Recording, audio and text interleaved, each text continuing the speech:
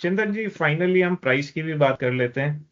अ, आप तो mutual fund चलाते हैं खुद, तो I think one of the important ways in which you ensure कि आप इन्वेस्टर्स के लिए रिटर्न्स जनरेट कर पाएँ, एक प्राइम कंसिडरेशन ये रहती है कि let's buy with a margin of safety.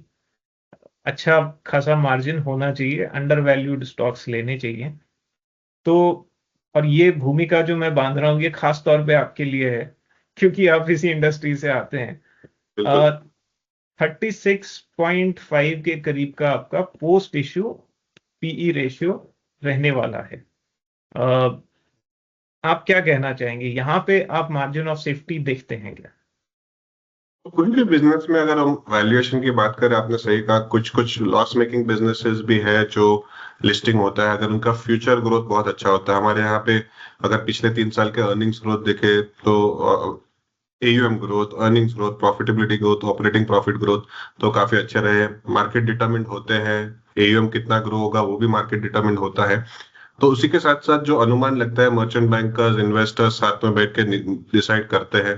As an AMC हमारे अगर डिमांड है एक पर्टिकुलर प्राइस पे, और जो प्राइस एक फेयर है वो डिसाइड होता है, पर मार्केट फोर्सेस ही डिसाइड करती है अल्टीमेटली। और as far as valuation is concern, relative valuation देखा जाता है कि भाई मार्केट में आज जो सेक्टर्स में कैपिटल की रिक्वायर्ड नहीं है, उन सेक्टर्स का क्या वैल्यूएशन वगैरह है।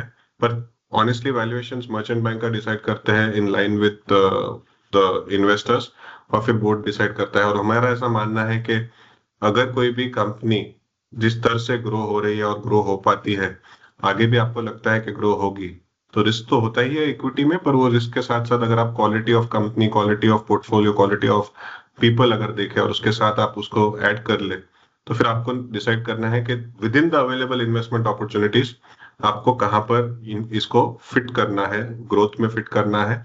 और जो आपने प्री आईपीओ की जो लिस्ट है, सूची है, वो भी देखी होगी, तो दुनिया भर के नामचीन और इंडिया के भी नामचीन निवेशक इसमें जुड़े हुए हैं।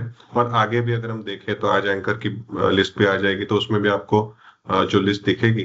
तो हमें ऐसा लगता है कि while there is no right और रॉन्ग, कोई फेयर प्राइस और कैसे डिटरमिन करे वो मुश्किल है कहना, हर एक का एक नजरिया रहता है, क्योंकि price is determined by the investor is investing. पर अगर हम लॉन्ग टर्म ग्रोथ के हिसाब से देखें और इंडस्ट्री को देखें, तो हमें ऐसा लग रहा है कि निवेशकों का रिस्पॉन्स अच्छा अभी तक रहा है, जो प्री आईपीओ और एंकर की बात करें।